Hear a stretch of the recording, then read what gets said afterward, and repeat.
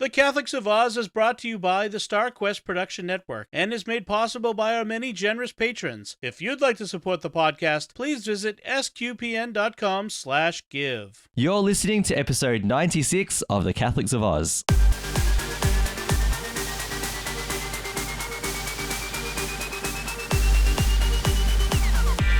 The Catholics of Oz is a show where we discuss faith, culture, and what's been happening from an Aussie perspective. Whether it's synods or science, apostolates and apps, providence or productivity, you can hear it right now on The Catholics of Oz. Hello, I'm Lindsay Sant. Welcome to episode 96 of The Catholics of Oz. I am joined today by my mostly present, mostly well sister, Caroline Knight. Caroline, how are you feeling this morning? I've caught some kind of something. You know how it is with me. When it starts getting cold, I start getting all the viruses. So all the kitty germs. Here we go again. Yeah. Yes. Yeah. Yeah. All right, all good. Well, we'll just send lots of Sudafed waves your way, and hopefully, you'll feel all right for the next hour and a bit. Yeah. Yes. Yeah. And we're also joined by Lino Saubolle. Lino, who has not yet at this stage started watching Star Trek Picard Season 3, which he should, and I've advised him as a good friend that he should. But Lino, how are you today? I'm good, Lindsay. Look, listen up. My wife, Bernadette, hasn't seen Next Generation yet, so she doesn't know all his characters. She does know Picard, because, Patrick Stewart's such a famous actor. Sorry, my bad, actor. And he's done so many good films, and he's a Shakespearean. So no wonder he's a great actor, because that Shakespearean Academy he's with Ian McKellen, who plays Gandalf. Those two are part of the Shakespearean company, and Ian that's why McDermott, these two he are was great actors. the Emperor. That's correct. Yeah, that's correct. All in good company. Shakespearean. Lino, that was so great. Soon enough. That was great deflection for why you haven't watched it yet. So I'm not impressed. So you need to get onto it, okay? But does that mean, Lino, you need to start from the original Next Generations? That's correct. You got a lot to... Yeah, that's a lot. Yeah, I'm lucky I got through that through my childhood, teenagehood. Yes. Yeah. Well, I've seen it. We'll have to go through it again with Bernadette. So, like you said, she doesn't really know the characters yet. You can skip a lot of season 1 and season 2 and just get to the good bits. Yeah. I know. A lot of it's quite sleepy. It's like, I have to say. No, season 1 and 2, it's not the sleepy problem. It's the very cringy problem. Which is, yeah, but it's also sleepy. That's why I'm watching Picard, Lindsay, because you're making me watch it. Because you should be. Everyone should be watching it. It's amazing. No. Look, we don't need to. We would want to, but we heard it's very good. It's very good. Yes. It actually is really good. I'm being held down into my seat and watching it because I'm actually... being drawn into each episode, which is a bit weird when you're feeling unwell and you see space squids on the screen, but that's another story. That's correct. That's correct. So we promise, for those who are listening who are worried, we won't spoil it. Oh, well, I won't spoil it because I've seen it all. Caroline's about 4 or 5 episodes in. And Lino is not even off the starting line yet, so we'll have to fix that. No. How do I can't geek out with you, Lino. You know what? I know. You want to talk about it. Yes, I do. I really do. I'll get there. You should want to. You're going to thank me when you watch it for how great it is. All right. I can imagine. Well, imagine is all you can do because you haven't seen it. All right. All right. So we've got a few things to talk about today. So let's move on. So if you're new to listening to the Catholics of Oz, first of all, welcome. I hope you've watched Picard Season 3. You can subscribe to the show. You can subscribe on Apple Podcasts, Google Play, Stitcher, TuneIn, or your favorite podcast player. Don't forget to give us a 5-star rating on any of those that you are able to rate us on, and some positive feedback, so that first of all we can hear from you, and also so we can reach new people and continue to build this community. SQPN also hosts the Catholics of Oz on YouTube. You can subscribe there, and don't forget to hit the bell to get new notifications when new episodes of this show and other great shows on the Star Quest network are released. So with that in mind, let's begin by talking about Faith Beyond Borders. Well, I'm actually feeling rather good about this. I think we've all arrived at a very special place, eh? Spiritually, ecumenically. How do you make somebody love you without affecting free will? Welcome to my world, son. You come up with an answer to that one, you let me know. Yes, I had to work very hard to pass Latin and theology. Oh, quite. Those are, of course, the most important things. Oh, yeah. this one out, Cap? I don't see how I can. These guys come from legend. They're basically gods. There's only one god, man. And I'm pretty sure he doesn't dress like that.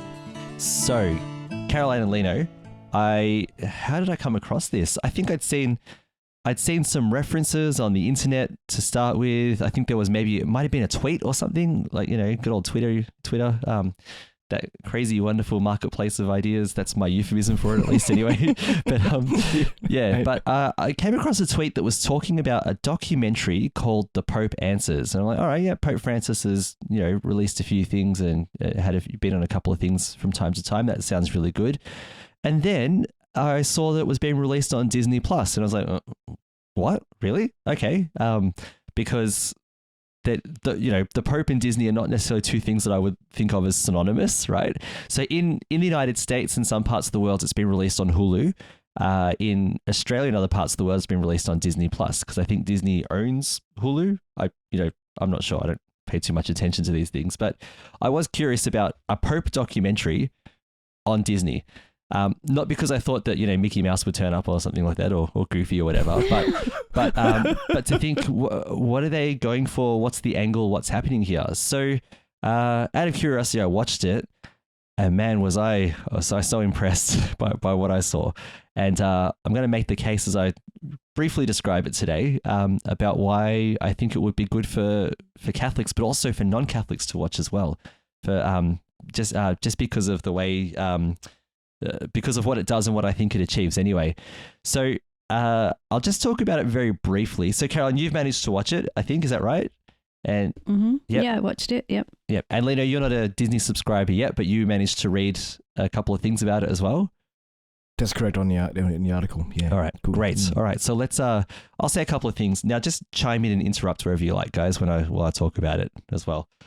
So briefly, for me, this is, this whole documentary is a lesson for the rest of us on how to participate authentically in a dialogue. This is what a real dialogue looks like. During this time, this documentary, Pope Francis sits down with 10 young people who are in their sort of early to mid-20s, and he encourages them to ask any questions that they want. And when I say any questions, and as you guys know, they ask questions about topics, like any topic at all.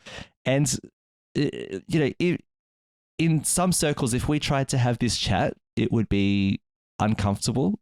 People may not feel like they're safe enough to ask the questions that they want to. And so what's good is that he is, as it begins, he is very disarming. And what I mean by that is he sets it up in a way that he befriends them. He talks to each of them individually very quickly. He gets to know a couple of things about them where he can, but he introduces himself to all of them, which is great.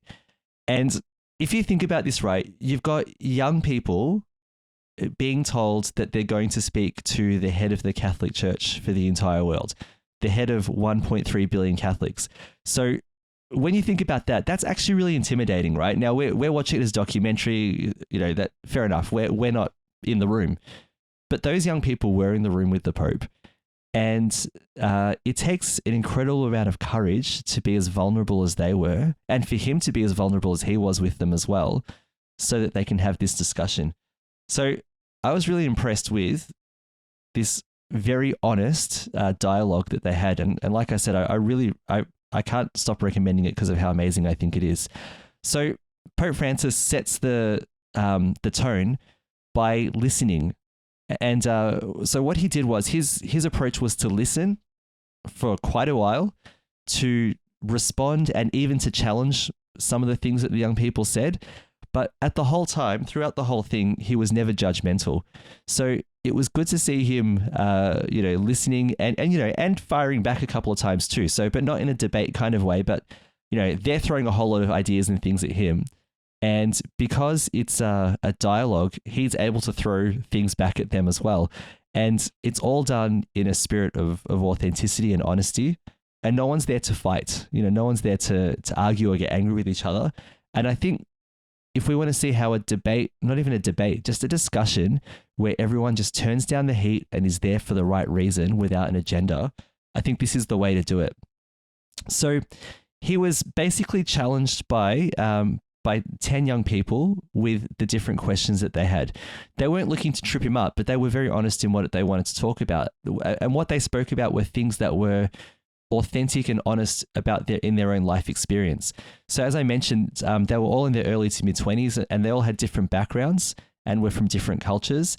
And they included, a young woman who's Christian, another young woman who's Catholic, a young man who's Islamic. There were people who had been Catholic and stopped going to church, people from, who were LGBT.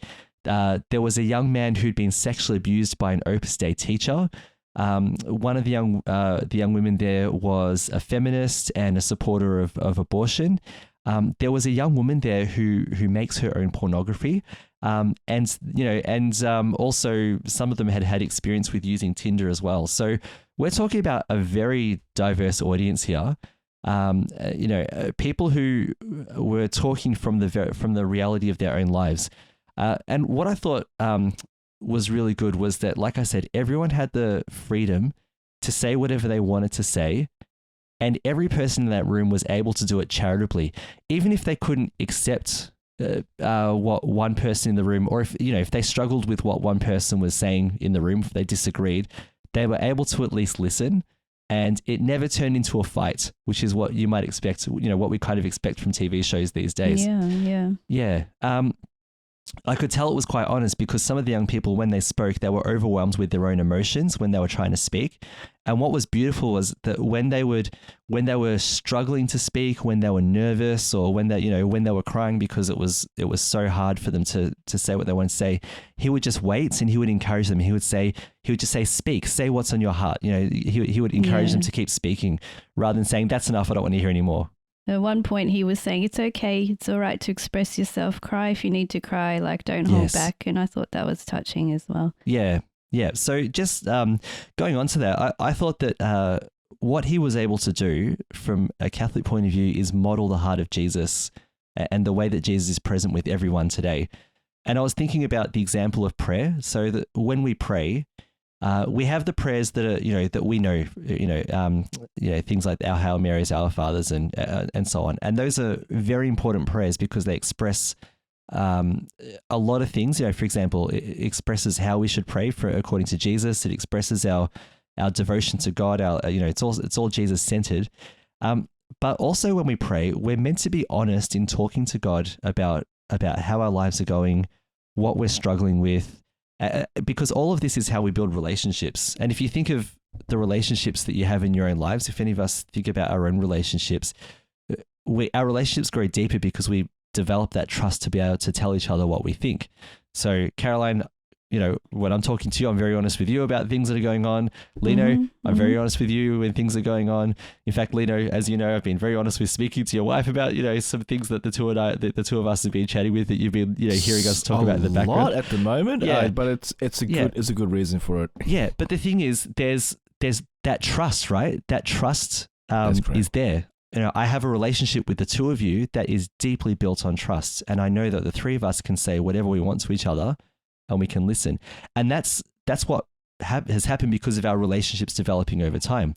And that's the same with our relationship with Christ, and that idea of prayer that I was talking about before, is that prayer is that over time we learn to trust that Jesus is truly there, and Jesus is truly willing to listen to anything that it is that we have to say.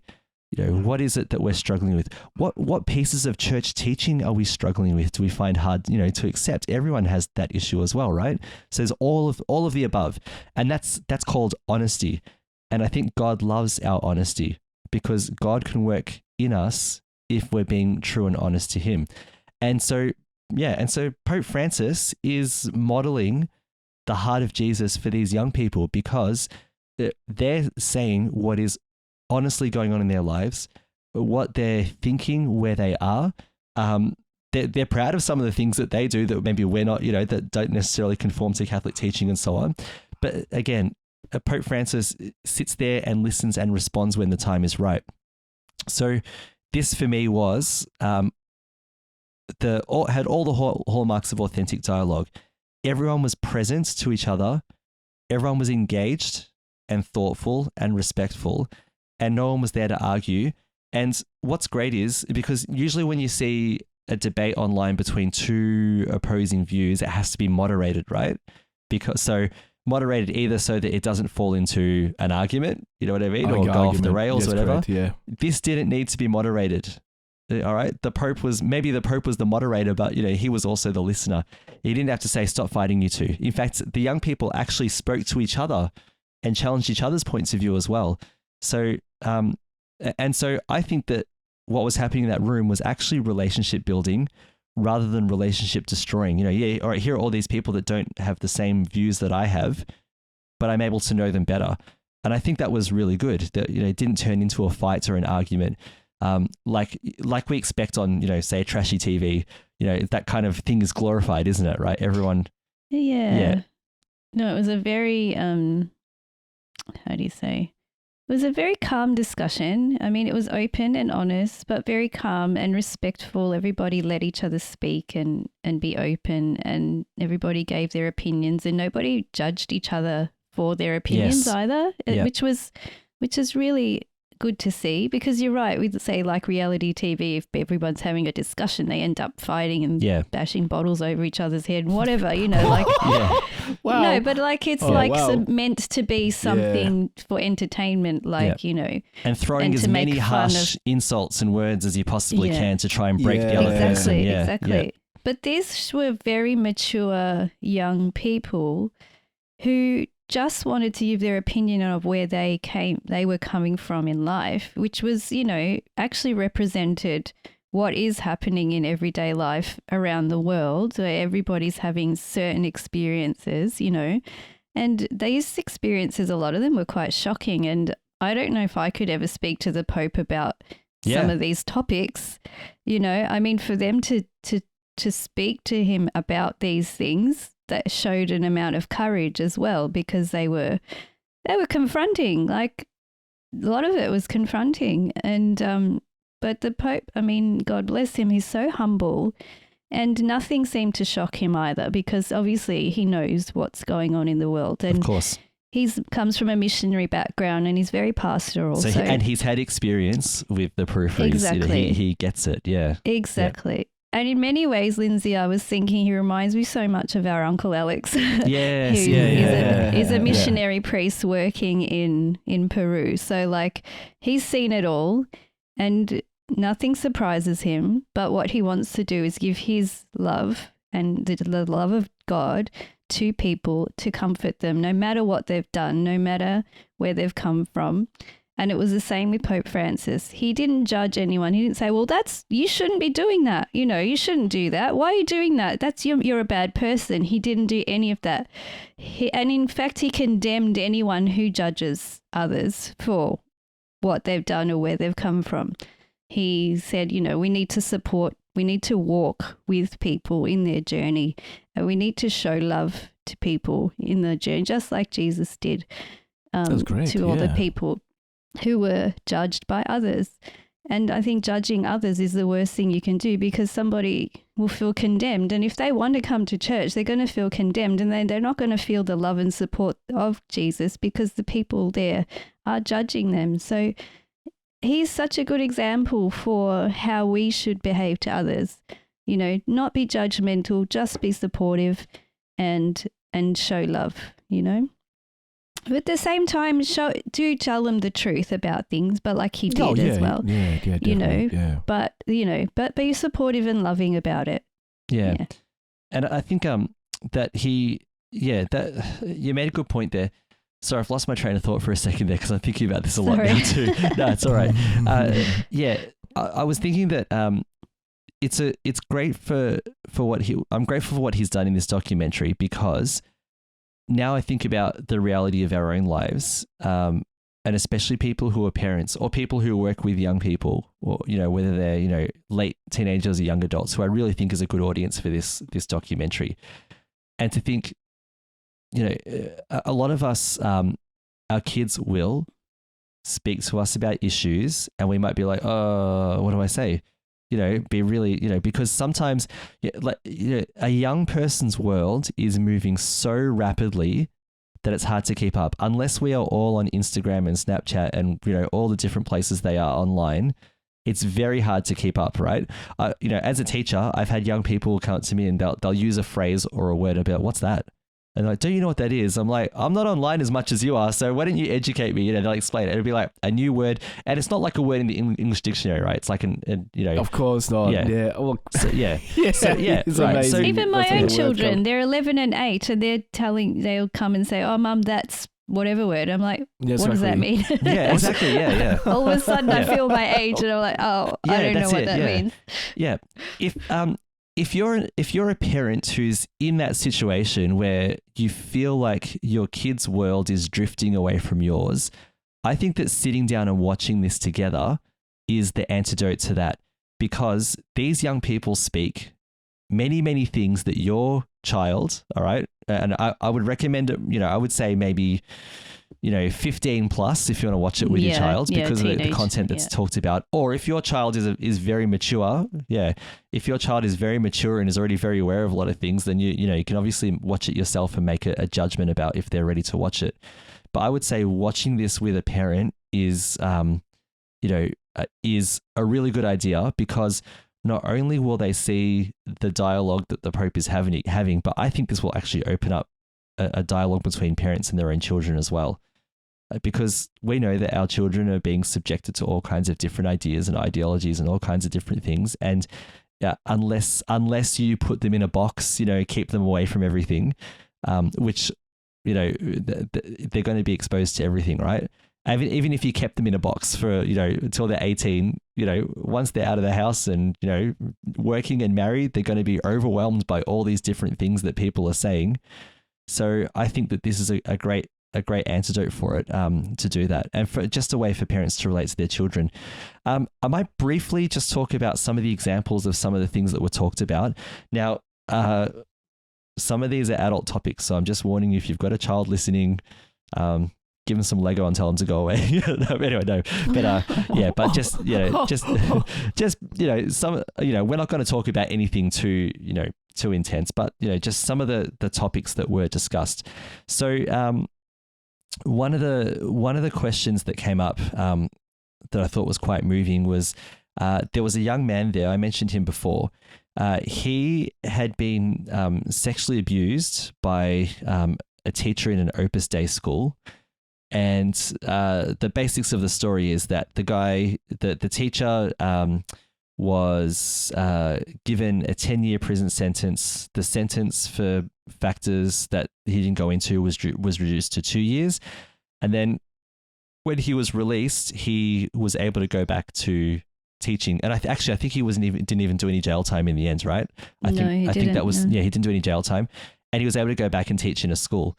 And so he explained this to the Pope, and he struggled. This was very hard for him to talk about, right? He was, in tears and stammering, and it was very hard for him to get through what he wanted to say.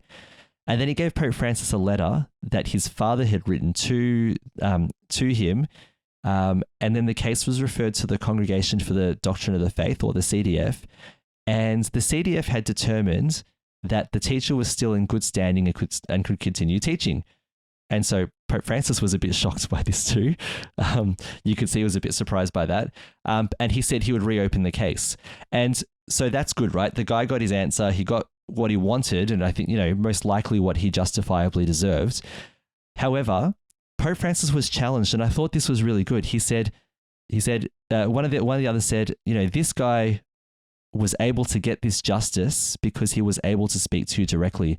But there are so many survivors of sexual abuse who don't get the same access to you, and who are not listened to by, say, the CDF or whatever, who don't get justice, and so some of these predators will still be working in places where they shouldn't be working.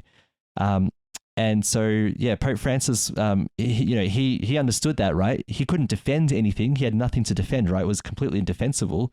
And he was saying, evil exists everywhere, not just in the church. This scourge exists in other places as well. And he said the church has a zero tolerance policy towards it.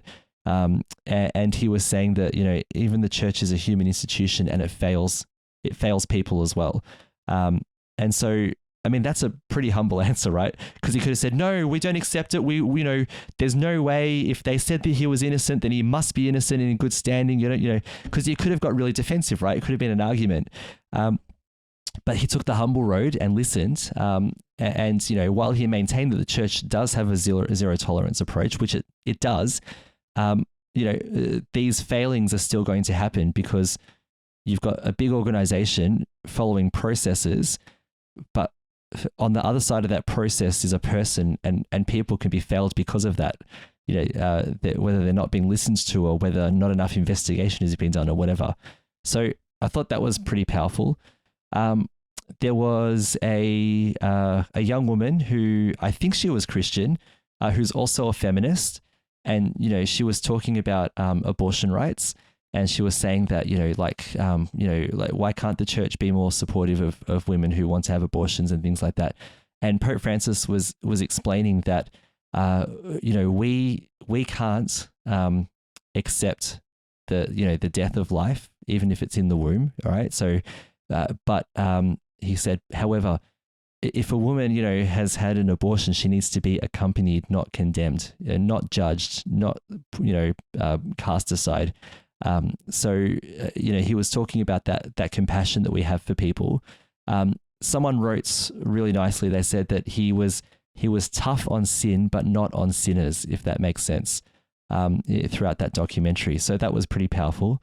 There was a young woman who, and this was a really tough one to swallow, right? She makes her own pornography. So she explained, right, that she was working, long days and not getting paid very much at all, living in poverty.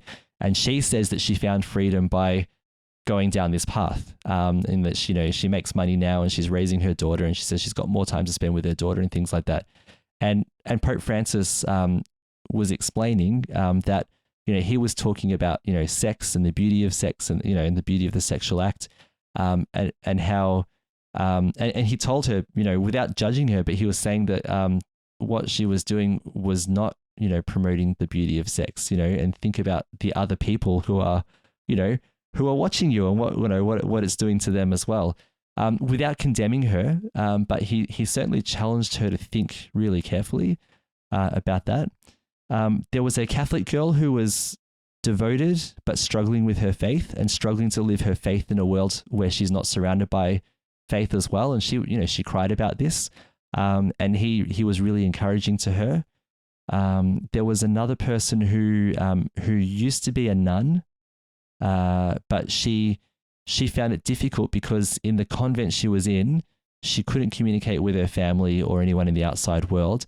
And any letters that she sent or received were read first by the superior, which is maybe, in our estimation, that's probably a step too far.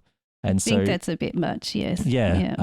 And I can't believe that's still going on. And it damaged her psychologically, which is not the effect you want. It's not how you promote, I'm sorry, but it's not how you promote people wanting to stay and do the work of God if you're going to be so, hard on them like that. Yeah. It's no good. Yeah. Not the right way. Yeah. So we had all that. There was a person who was non-binary and talking about that. Mm-hmm. And one of them said to Pope Francis, another person who said, have you heard of Tinder? Which is and he's like, I don't have a phone. What's that? Yeah, I don't have a phone. And they said to him, but you've got a Twitter account. He said, yeah, but I don't write the tweets. So someone else writes them for me. My secretary does it. Right, so does it. Yeah. He's like, I haven't had a phone. He said, last time I had a phone, it was a giant brick, size thing. Yeah. I love how they asked him too if he's ever had a relationship. He said, oh, yes, before I went in the seminary, yes, I was in a relationship, and then he said, I chose celibacy and I chose to go and be a priest. Yeah.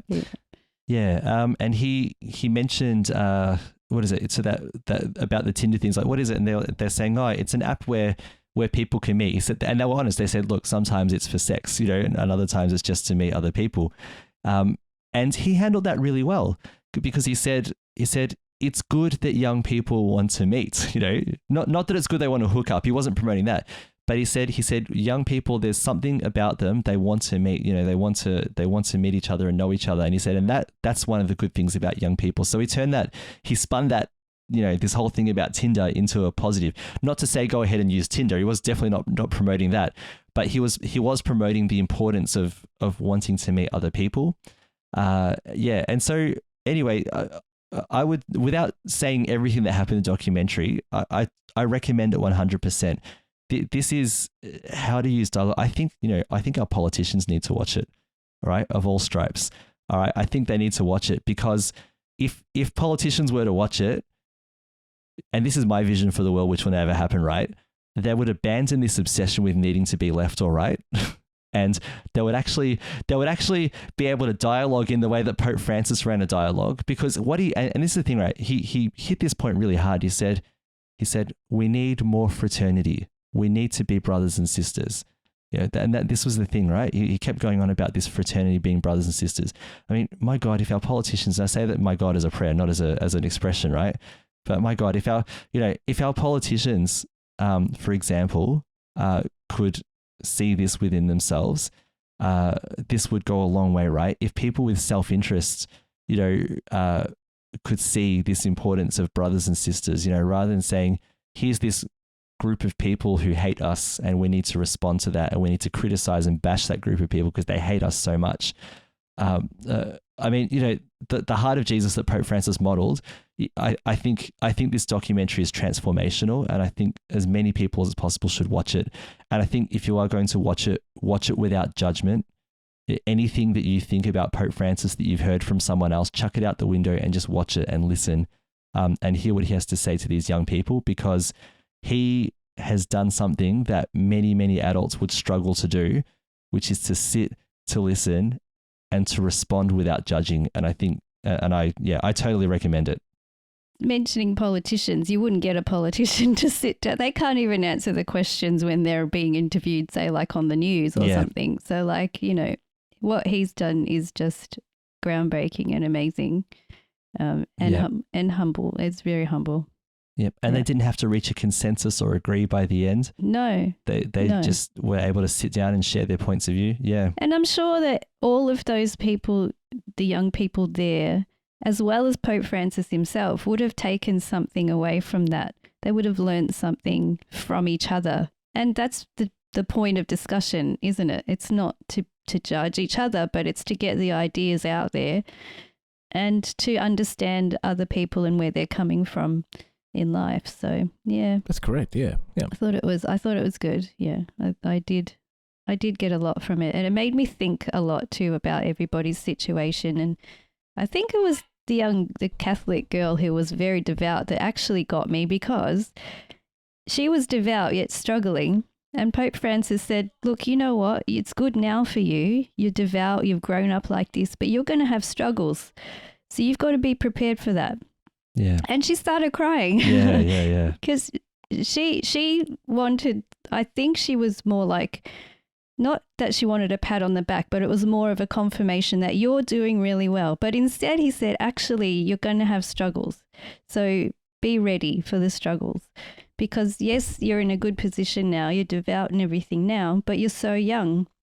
Your life is still ahead of you. So just, it's more like keep on guard and it's coming, and he's right. Because when we're young, we just think, oh, everything's so easy. Like if you've been following your Catholic faith, but then comes adulthood, then comes work, marriage, all of these things and friendships and whatever. And you do get challenged. You get challenged quite a lot, family things happen, work things happen, friendship things happen, and you can be devout as you want, but you're going to have to face these struggles, So, and he's right about that. That one really hit a chord, struck a chord with me. Yeah. Yeah. And God is not here to fix the mess of our lives. God accompanies us through it, and points to a horizon of hope, right? That it has through all of this that you're going through, I'm here and I'll be here at the end of it. That there's that hope, that knowledge that God is with us, but not a quick fix. I mean, if God was a quick fix, then every Catholic would be living a happy and perfect life, wouldn't they? There's no quick fixes, but there is the comfort when you are going through some very big struggles in life and you offer it all up to God. You feel his presence and his love.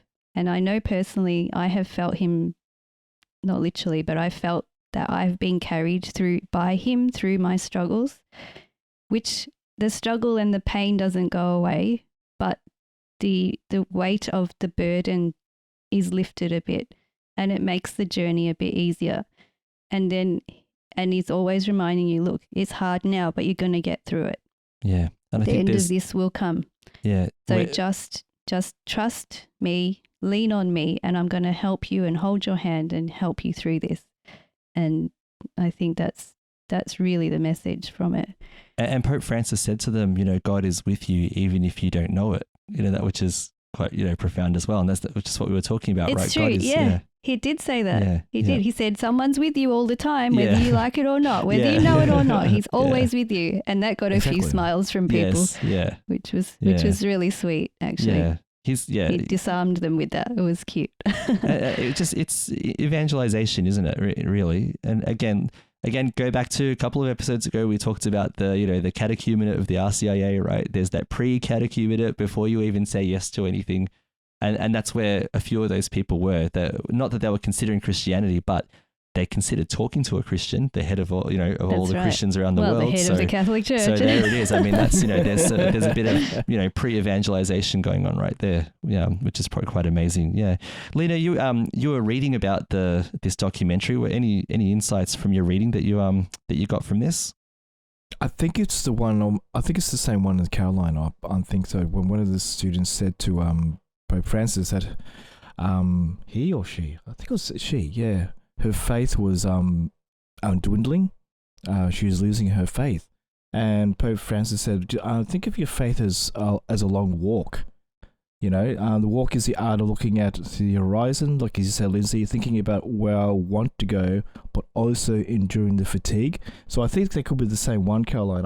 It only shows me a student asked this question to the Pope, so I don't know if it's the same one. But what I think what struck me is that he said to him to the student was, if your faith is failing, don't do it alone. If when you go to a long walk, like all of us have done in some sort of way, when we're traveling or even riding a bike or whatever, we always fall. And he said, do not stay fallen. Pick yourself up and keep on going. And he said, and also his most special thing he said was, don't do this alone. Like I said before, have someone with you to support you. Not like maybe a family friend, a friend, a partner, anyone that is with you. When you go through this faith, it's more important to have someone with you. But in reality, in this world, a lot of people don't have that. That's a sort of support within their faith. This is sort of going to a bit of a tangent now because one of our special and favorite priests passed away a couple of days ago. Like most of you in the country would know Father Bob Maguire, and he helped the poor and the people who needed that faith and that help. And he did it not only just for himself, but he helped everyone from every walk of life. Doesn't matter what faith, religion, race, person you are, he was there to help. And I'm not going to be a tangent with our faith with this, but that's what I mean. When we on our journey of faith, guys, there will always be times when we fall. And like Caroline said, when we're young, we think, oh yeah, we'll just go to church, and we have this structure. Then when everything comes in with your marriage, your relationships, all this stuff comes in, there are struggles and challenges. And yes, we will fall. I personally have in my younger days. And we just need to pick ourselves up, and also, like I said, more importantly, with someone else. And also them as well.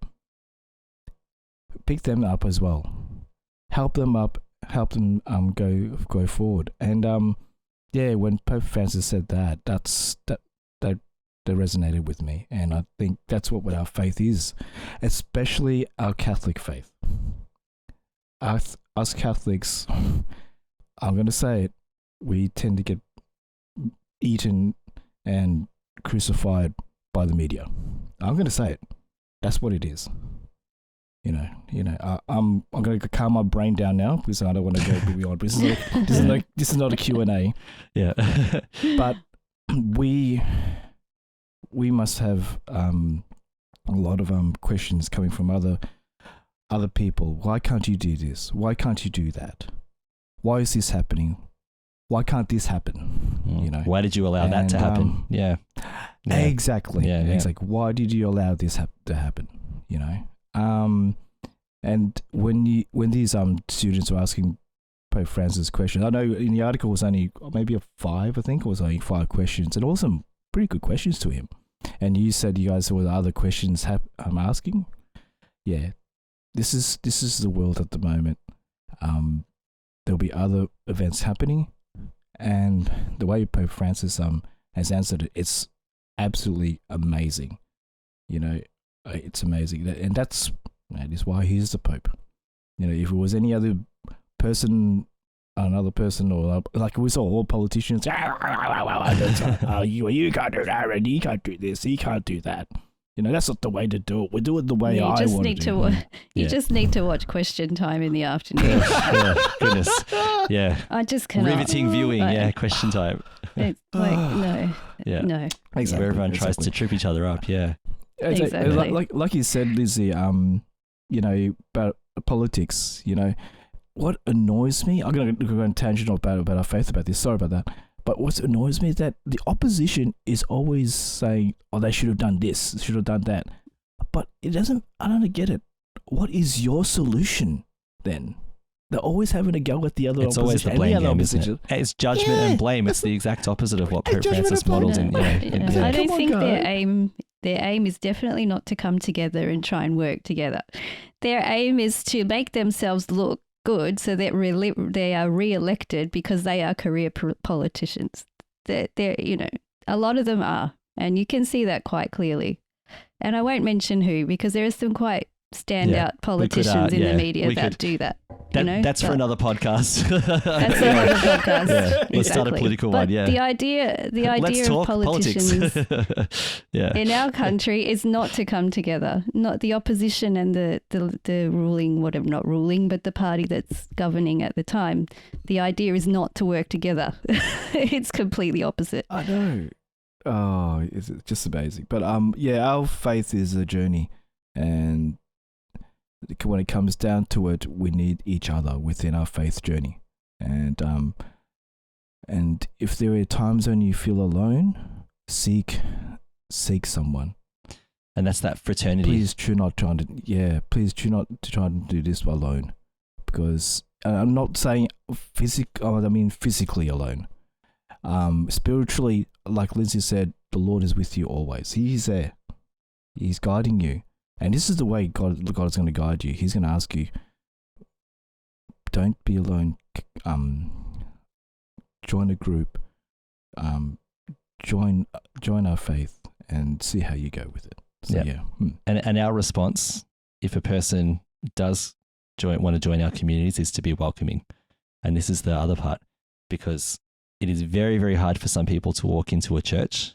Very hard. Exactly. It is. And it is. Yeah. And it only takes one little thing to confirm to them why they shouldn't have come in the first place, when there should be 1,000 things that they experience that tell them you've done the right thing by coming here. You've done the right thing. They come in. Yeah. Yeah. Mm-hmm. Yep. All right. Well, look, this is the three of us inspired by what we've been exposed to. So we encourage people to watch The Pope Answers on Hulu or Disney Plus, or, if you don't have one of those accounts, go to someone's house who has one and watch it there. And watch it. Or at the very least, read about it to start with anyway. But it's definitely a beautiful bit of catechesis for all of us. So time to move on, Caroline. We're going to throw it over to you, because now we are going to talk about science. What a fine day for science. You have any hobbies? I collect spores, molds, and fungus. Can you reverse the polarity? I'll do my best. Science, science, science, science, science. Science, science, So, Caroline, I am trying to scroll up here. Here we go. That's better. Trying to get my notes working. All right. So, Caroline, you are going today to tell us about lightning crystals, also known as, is it fulgurites? Did I say that right? Fulgurites. Excellent. Yeah. This sounds very exciting. So, over to you. Let's go. Yeah. So, there's a new term for you. Fulgurites. It's also a new term for me because I didn't know what they were called before. So, there we go. So, I found this really interesting, first of all, because I didn't know much about it. And then, anyway, I'll continue on and then you'll know why as well. It's a very interesting topic. So there's been a never seen before mineral found in a fulgurite. A potentially brand new mineral may have been hiding inside a chunk of fossilized lightning from Florida, scientists have revealed. Researchers led by Matthew Pasek from the University of South Florida published their findings in the March 14 journal Communications, Earth and Environment. So far, this material has never been found to occur naturally on Earth. Research on this type of mineral was only recently performed on fulgurites or crystals formed by lightning. Matthew Pasek, who is a geoscientist, said that the minerals that they have found are similar in composition to those found in meteorites in space, but they have never found this particular mineral anywhere here on Earth. So what exactly are they studying? They are studying the crystals called fulgurites, and they are often called, like you said, Lindsay, lightning, fossilized lightning or lightning crystals. They capture the pattern of lightning in sand, soil or rock, as well as organic material on the ground, and create a crystal fossil when the lightning hits. The soil, sand or rock or organic material fuses together after it's been hit by lightning to form a singular clump. They often look like hollow or branching structures of glassy tubes. They can be crusty or clumpy masses. Some of them look really metallic. Some will just look like rock. There's all sorts of amazing structures and physical properties to them. A very interesting fact of the fulgurites is they don't actually have a fixed composition because they're actually made up of the materials that the lightning makes contact with, which, makes sense, yes.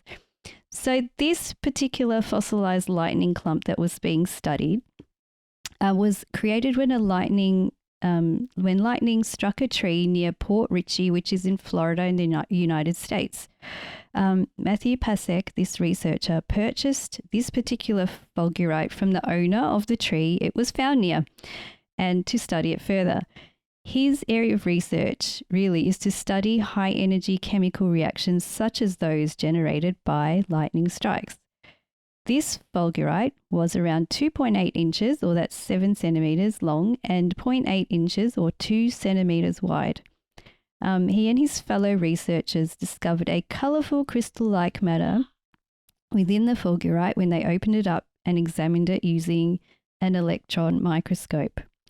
Further analysis revealed that the matter was previously unknown material consisting of mainly a calcium phosphate.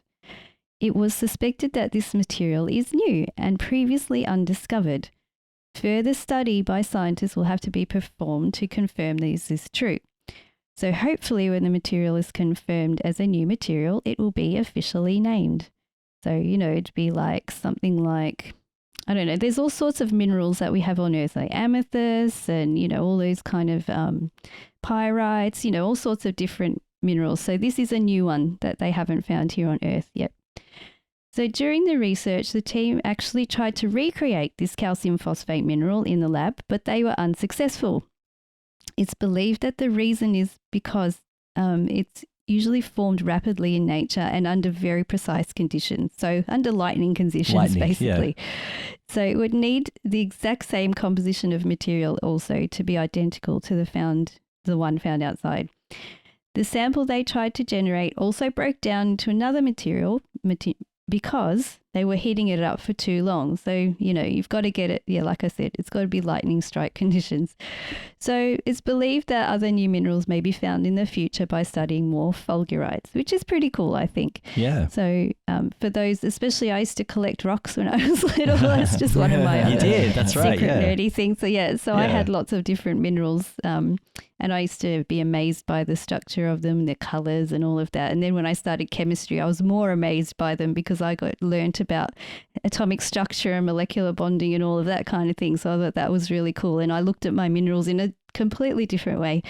So I can imagine why people studying minerals would be so excited to find something new and something that may be like just so so rare on Earth. Who knows if there's another one like this? Yeah, I was going to say this could be the only sample or one of the only samples of this particular mineral because of, like you said, the very specific conditions that were needed to make it, which is really amazing. That's right. Yeah, exactly. So that's so I thought that was pretty cool. I found some interesting facts about fulgurites just to further our knowledge a little bit more. So the name fulgurite actually comes from the Latin fulgur, which means lightning. Fulgurites need a temperature of about 1800 degrees Celsius to form, and most lightning strikes are about 2500 degrees Celsius. The largest fulgurite ever found was in South Florida, so the same kind of area, and measures about 4.9 meters or 16 feet in length. So that's a huge one. That's a Imagine huge that one. lightning. I don't want to be near that lightning. Oh, wow. They've been found up to a depth of 15 meters or 49 feet below the surface. And since they're created by lightning, studying them in a specific area can also help to understand the climate and frequency of lightning strikes in the area, which is another interesting area of study concerning fulgurites. And they also provide a fossilized record about the number of lightning strikes that have occurred in the past.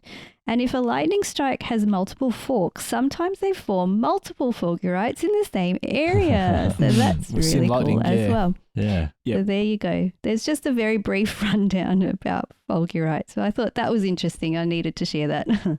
That's fascinating. I like that. I was just Googling while you were talking, just pictures of them. And like you said, the shape is unique. And some of them are long and have different shapes. And, you were talking about that. That's amazing. And just to think about, so if they wanted to recreate one, they would need to somehow, mimic a lightning strike that was 2,500 degrees. Yeah.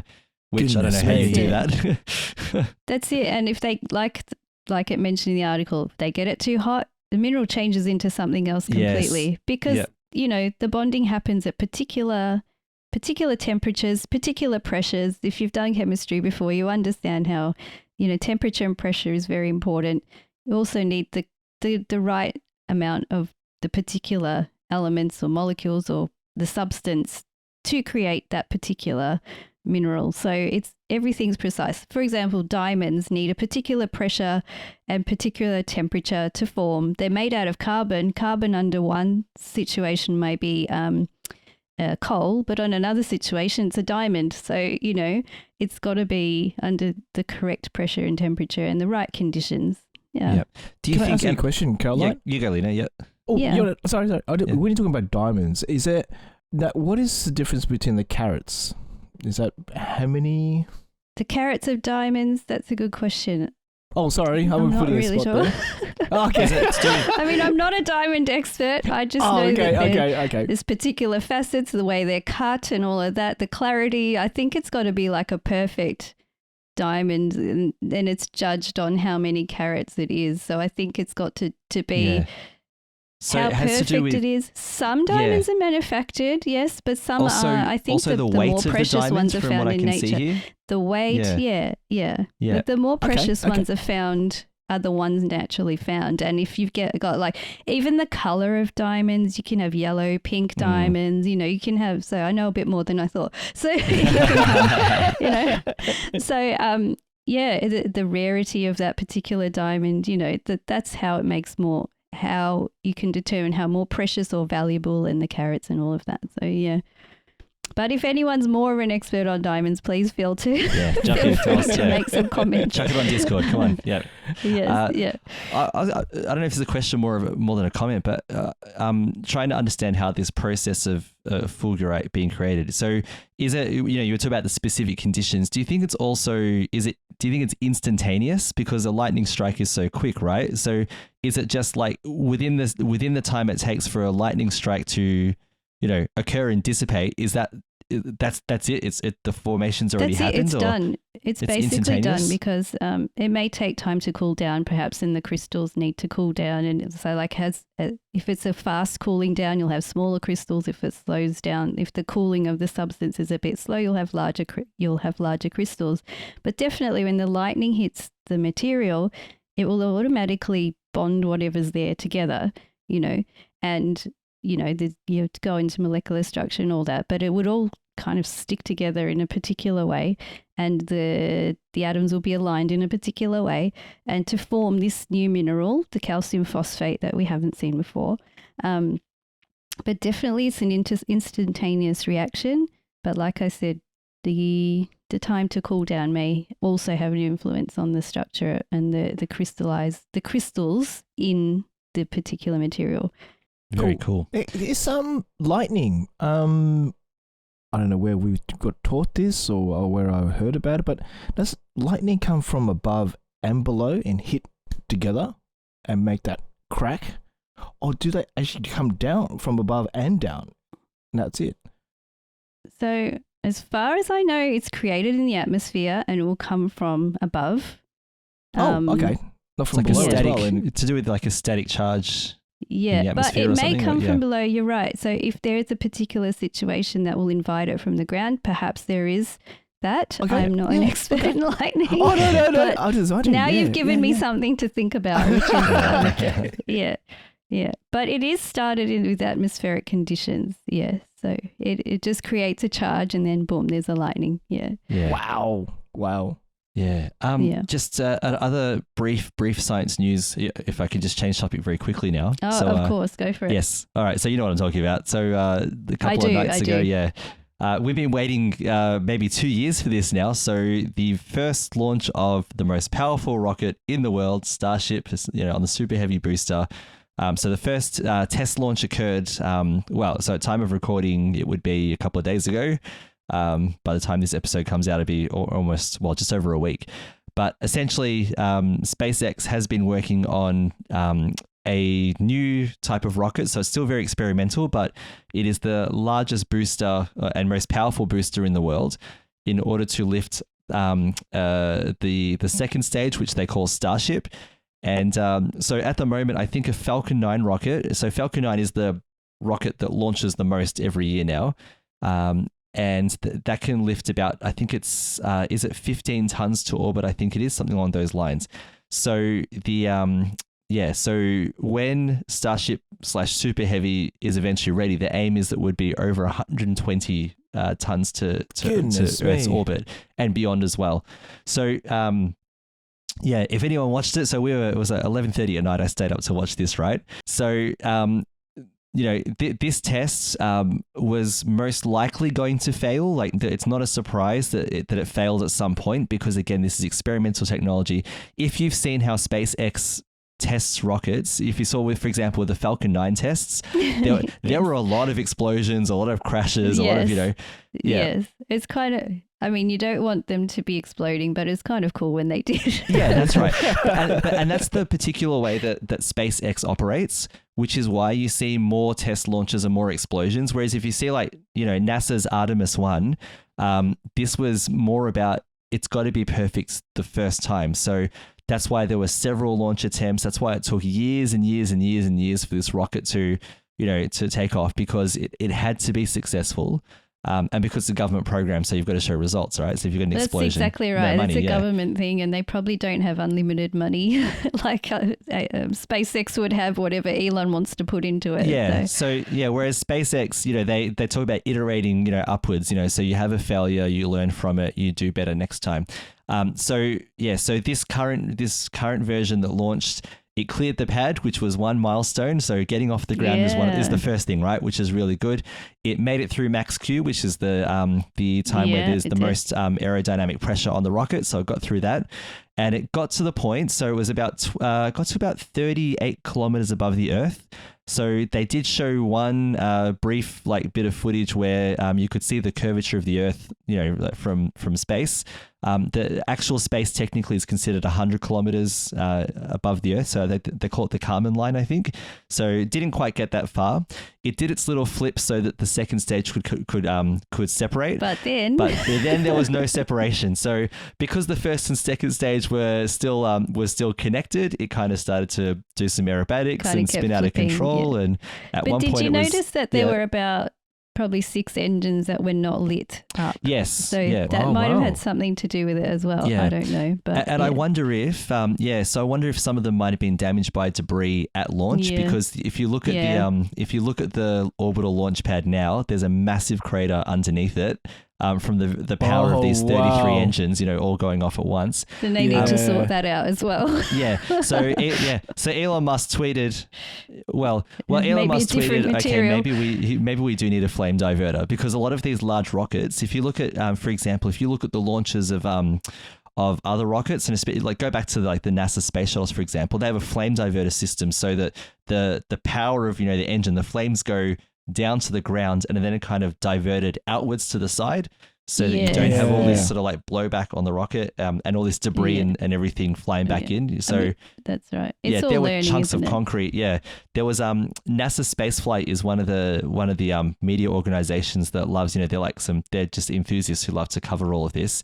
And they had a car that was several kilometers away, but closer than most others. And it got hit by rocks and debris and got smashed and whatever. I was about to say, that's a bit close, yeah. But the thing is, I'm pretty sure they were expecting it as well. Anything. Of course. Yeah, so they knew what risks they were taking. They would have been prepared for that. Yeah.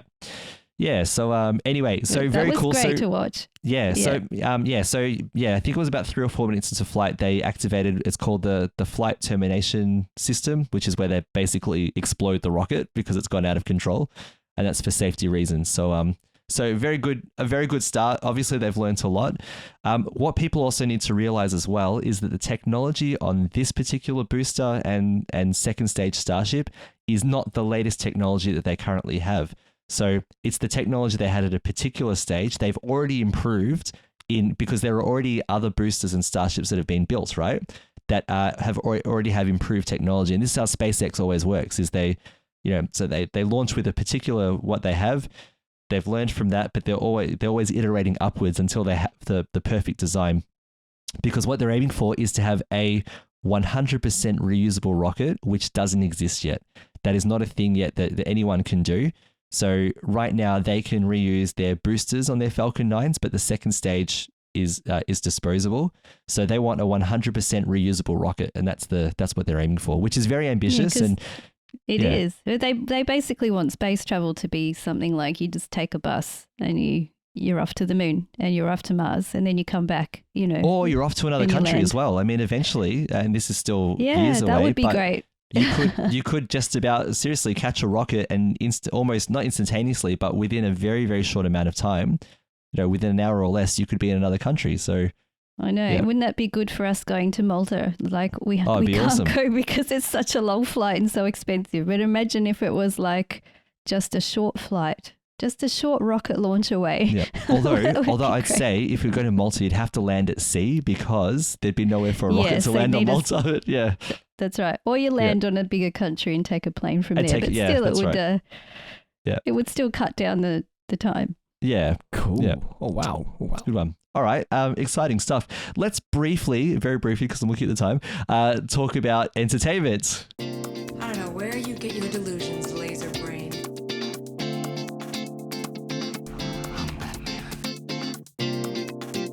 This is not what we came here to do.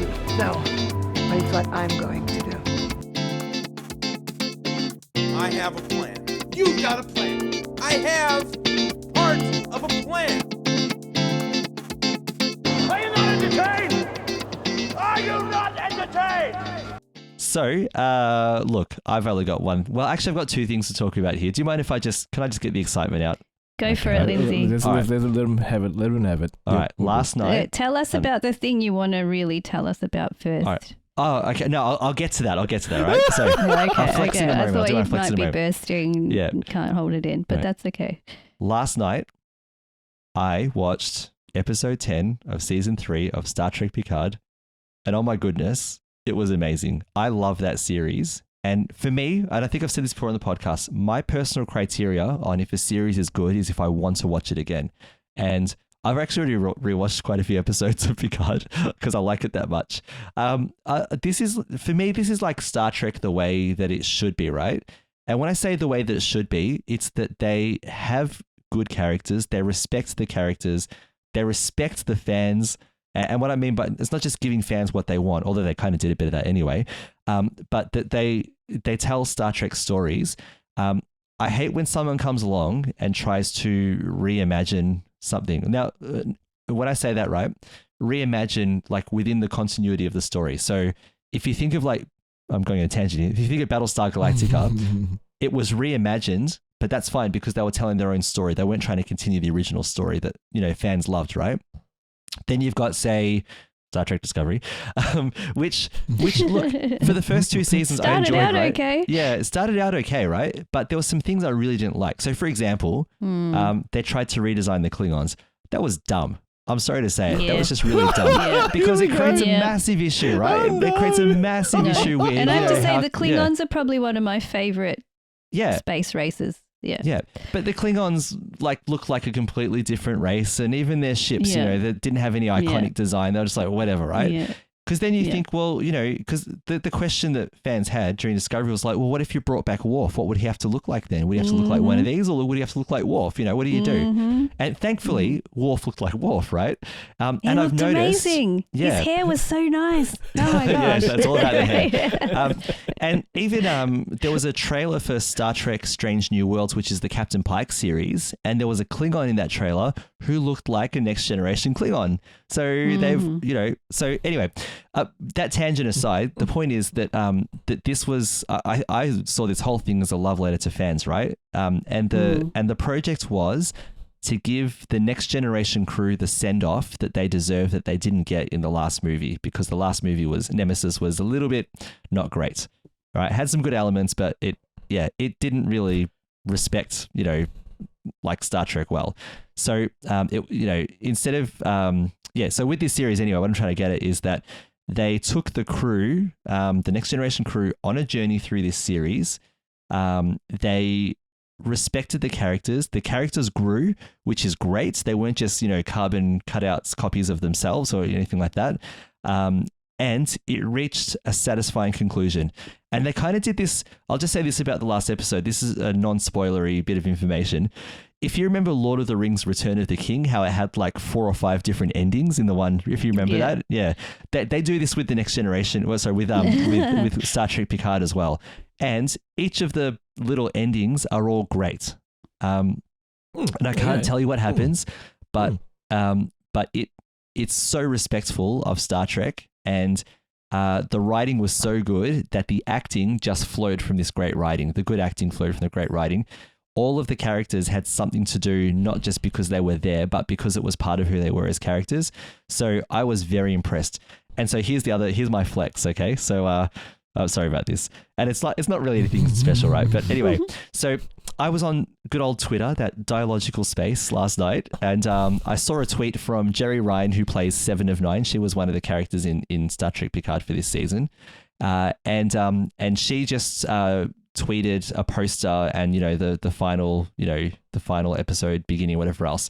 And I replied after watching it with, I retweeted it and I wrote the perfect ending to a great season, to an amazing season, and she liked it. I got a like from 7 of 9. Amazing. I got assimilated, guys. I got a like from 7 of 9. Yeah, it was perfection. Like. Yeah, that's right. So there you go. That's it. Awesome. So are you a Borg fan now, Lindsay? No, I'm just a Star Trek fan, man. What can I say? Okay. I thought she wants to go. She wants to assimilate you and become part of the hive. Oh it could be. Yeah, be a fan, man. Resistance is futile. Let's do it. Yep. That is it. Resistance is futile. That's and correct. I can't even tell you what I'm excited about which could possibly grow out of this series, except to is say there another crew coming? I'm not saying Star anything. Trek still going? I'm not saying anything, but there is so much potential for an ongoing series to grow out of this, and they need to do it. Star Trek, listen to me, all right? Paramount, you need to do this, all right? And Star Trek Paramount's got enough money. They've got their own channel leads. And if I'm not surprised they make it. They'll make it. If they were interested in keeping people streaming their shows on Paramount Plus, let me just say this. Star Trek Picard is the first Star Trek series of the new set of Star Trek series that broke into the top 10 streaming, like the top 10 list of shows that are streaming. So that shows that there's a massive interest in it. You'd be foolish not to make a spin-off of this. I'm just saying. All right. So we want it, Paramount. Make it happen. All right. We did this with Strange New Worlds at the end of Star Trek Discovery Season 2. After Captain Pike, so the Enterprise warps away with Captain Pike and his crew at the end of Star Trek. So the fans were like, make a series out of this, you've got to do it. And they were like, I think we've got to make a series out of this. So, and they did, and it was a good series and people love it, right? Everyone's happy. Is it still going? Yeah, Season 2 is coming on June 15th. So it's still Season 2. Yeah. Okay. So so you've got to make, a series, a spin-off series that comes out of Star Trek Picard. And if you don't, Paramount, you're going to have 1 billion people just cancelling their subscriptions and becoming Star Wars fans. So, I mean, do you want that? Do you really want that, right? You've got, All right. What I'm saying to you, Paramount Plus, is, do you want to make money? I mean, let's go. Anyway, and just another short, a little really bit quickly. Passionate there, Lindsay. Just a little bit. It was so good. You guys, Caroline, please finish watching the season. Lino, just... All right, you know what? Watch it. Lino, hurry up. No excuses. No. Come on, hurry up. I am going to make an excuse. I'm going to stand for this and say, Bernadette does not know the characters. And I'm going to retort. She needs to know. No, and I retort, Lino, I'm sorry, don't you wave your finger at me, young man. Listen to me. Lino, resistance is futile, all right? And you cannot reply to that. That's it, all right? Whatever you want. You do not give her a dossier of all the next-gen crew, okay? I'll let her figure out who she likes. As the Borg would say, your excuses are irrelevant. Resistance is futile. That's it. I'm sorry. They've always got the best comeback. Yeah. I know. Sorry, Caroline. And sorry, Star Trek fans, but I'll throw in a Star Wars. I'll throw in a Star Wars. Lino, I have spoken, right? This is the way, all right? Yeah. I have to deal with this all week, okay? Watch Star Caroline Trek, watch Picard, watch Picard. Have you watched it? Yeah, watch Picard. Here I am at the start of the episode talking about how to do a dialogue, and now I'm arguing with Lino about why he should watch Star Trek Picard. Luckily, I had a bit of downtime this week because I've been unwell, so I did actually watch them, and it messed with my brain. Okay, when you're unwell and you're seeing space squids on the screen, exactly. Yep. Until the other side. Yeah, just let me talk about a different topic really briefly now. Although Lena, you should watch it, but that's everything altogether. It's been very hard for me since I finished my master's degree to read anything. Just to get back into reading. I've been so unmotivated to read because I did so much reading over the last 3 years for that course. I can imagine, man. And just didn't want to see words anymore. Yeah, to pick up words, whatever. So I went to the bookshop and I thought, I'm just going to read some junk food. That's what I'll do. All right. So something that's not deep or technical or theological or whatever. I will get back to that again. Don't worry, I'm not rejecting it, but I just need to get my brain back into reading mode. So I bought the second book in the Expanse series. That wonderful, yeah. Because I actually listened to the audio version of the first book years ago, right? And they had the Expanse series all on the shelf, and they didn't have book 1. And I'm like, that's all right. I can read book 2. I know where I'm up to, and it's fine. And I'm reading book 2, and I've missed nothing, right? It's all good. So I've been reading. So I've got about 8 chapters in, which is good. I'm back on the reading thing, and So I'm reading. Is it Chabolle Burn or something? I think it is the second book. So it's huge. It's like 600 pages long. It'll take me forever. I'm just doing a chapter or 2 a day. And it's expansive. That big. Oh, of course. Each book is huge. They're like massive. Yeah. The series have to make it dull it down a little bit more. Yeah, that's right. The series misses a lot. Yeah, makes sense. The books have a lot more detail, but I don't mind because I'm just reading pure sci-fi and I'm loving it. So there we are. Yeah. Now, I don't know if I've given you guys any room to do anything. Caroline, what's been entertaining you lately? Star Trek Picard? Is that what it, yeah? Well, obviously Picard. It should be. I mean, it should be, right? I mean, what else is there? So I did watch a few episodes. So I did do a good catch up this week. I think I watched about 3 episodes, which is a good slog because they're not short, like, you know. Not enough, but it's good, yeah. Yes, so I'll get there. Don't worry. So I think I'm up to episode 6 now. And we did finish off the Mandalorian series, which is my favorite series of anything ever. After Star Trek Picard, yeah, I get you. Yeah, it's all right. No, I'm teasing. No, this is apples and oranges. We can't compare. Yeah, we can't compare. It's apples and oranges. Okay, they are both. They are both excellent. This is the way. Is all I'm going to say. All right. Yep, you have spoken. Yep. Yeah. I have spoken. Yes. Yeah, Mando season 3 was excellent as well. So good. It was slower than the other 2 seasons, but that didn't make it bad. It was a different type of storytelling with an amazing conclusion. Yeah, yeah. It was visually great too, and characters, and just watch it. I don't want to say too much because there's one thing I'd love to talk about, but I won't because it's just come out. So. Look, in the word, if someone were to ask you, should you answer it in the words of Grogu, we can say yes, yes, yes, yes, yes, yes. Exactly. That's all. Yeah, yes. Lino, yeah. I don't know if you know what we're talking about. You need to watch it. You got to watch it. Okay.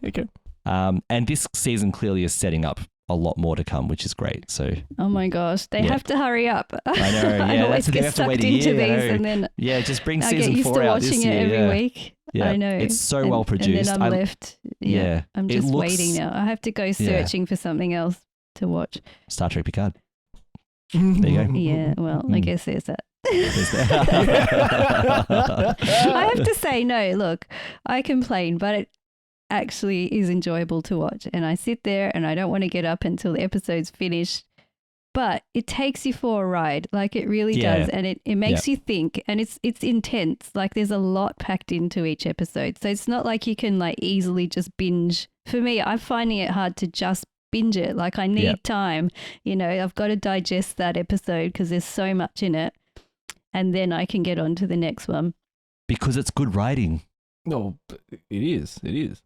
Definitely it is. Yeah, I think you're right about that. All right. And Lino, sorry, we've dominated this, but with the awesomeness. Yeah. But Lino, anything you've been entertaining yourself with? Or? Well, at the moment, we finished The Night Agent on Netflix. Mm-hmm. So it's a good show. It is a good show.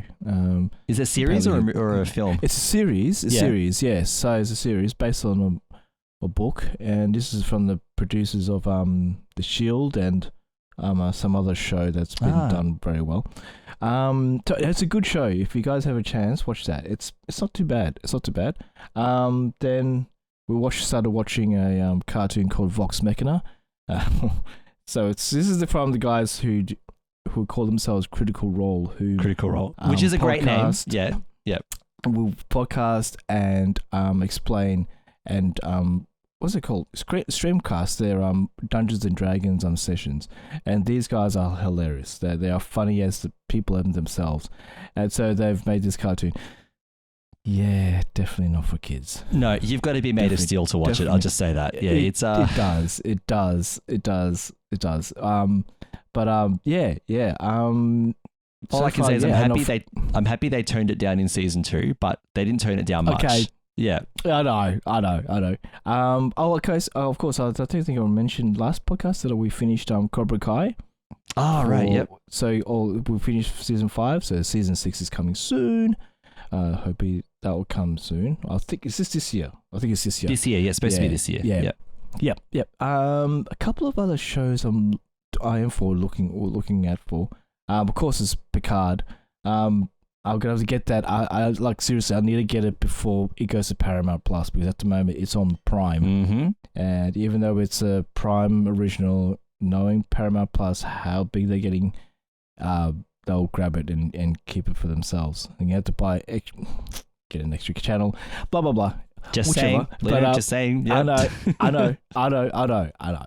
Look, I was about to say there was something else I wanted to say about a TV series that I was really interested in seeing, but I can't remember what it is now at the moment. Oh, and one show, hopefully by the time we finish Vox Machina, is get back into the Ring of Power. So because there's the second season coming soon. Is that this year? It would have to be, wouldn't it? Yeah. Oh, this year or next year? This year. It came out last year. This year. Yeah, I hope it's this year. I really enjoyed that. I liked season 1 a lot. Yeah, I liked it too. It was great. Was good. Yeah. So we'll check that one out. It started slow for me, but I ended up really getting into it. Some of it was slow. Okay. Yeah. Some of it was slow. Not boring slow, but just, Not boring, just slow. Just, it takes a while to get through things, but man, that, picked up in it. Yeah. It was so good. I loved it. Yeah. It was great. Admit, well, we're sort of I think we're getting into the spy sort of genre at the moment because we just watched Without Remorse, Tom Clancy's movie about this soldier. We just watched Jack Ryan, so I'm getting into this Tom Clancy's spy thing going on, guys. So I'm just hoping there's a new one coming up. So yeah, look, Lino, not to sound like a broken record, but there is actually a lot of spycraft in Star Trek Picard season 3, so you will probably enjoy it. See what I'm, see what you're missing. I'll see some spycraft, but that was what was Star Trek back in the 90s. So it'll be different this one. I hope it'll be different this time. Caroline, I can hear Mum in my head saying, if only you talked about Jesus as much as you talked about Star Trek Picard season 3. Oh, okay. You're right. You've channeled Mum correctly. Get the Maltese. Yeah, Mum going, for sure. Okay. Yeah. Ouch. That's good. All right, let's wrap it up there. So, yes, you can tell that I'm very excited about it. Is a religion for Lindsay. Yeah, it is a kind. Not as important as my actual religion, but there's some spirituality there. Yeah. The teachings of Picard. Yeah, the teachings of Picard. All right, so oh man, I'm in the moment right now. We want to thank you all so much for joining us for episode 96 of The Catholics of Oz. For anyone who's listening and all of those Star Trek Picard fans, I'm sure all of you are. But before we go, we'd love to take a moment to thank our patrons who make it possible for us to create The Catholics of Oz, as well as that great other podcast on SQPN called The Secrets of Star Trek, where they will be talking about Star Trek Picard. And we should throw in that other franchise. There's also a great podcast, The Secrets of Star Wars. If you're a Star Wars fan, give that a go as well on the StarQuest network. But today, we would love to thank Alia S., David R., Tori, Richard S., and Linda K.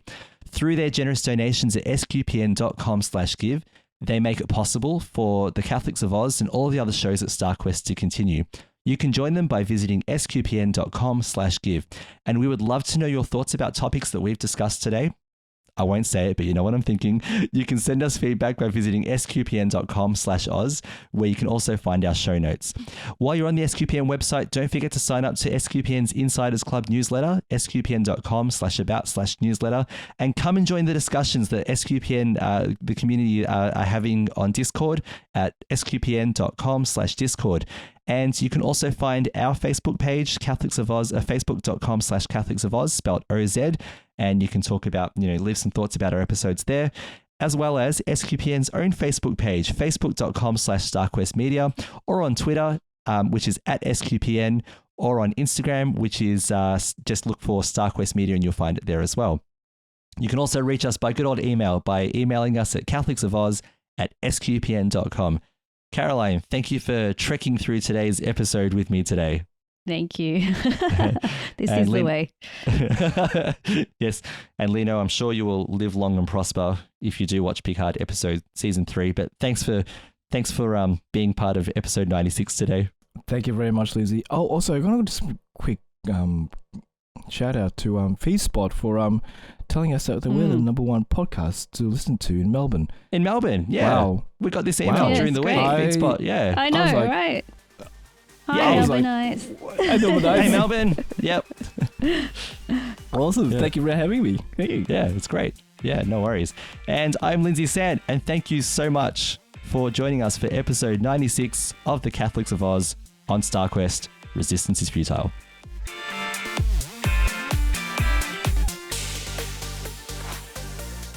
Here's another show on the StarQuest network you're sure to enjoy. Let's Science. Find the show wherever fine podcasts are found or at sqpn.com/science.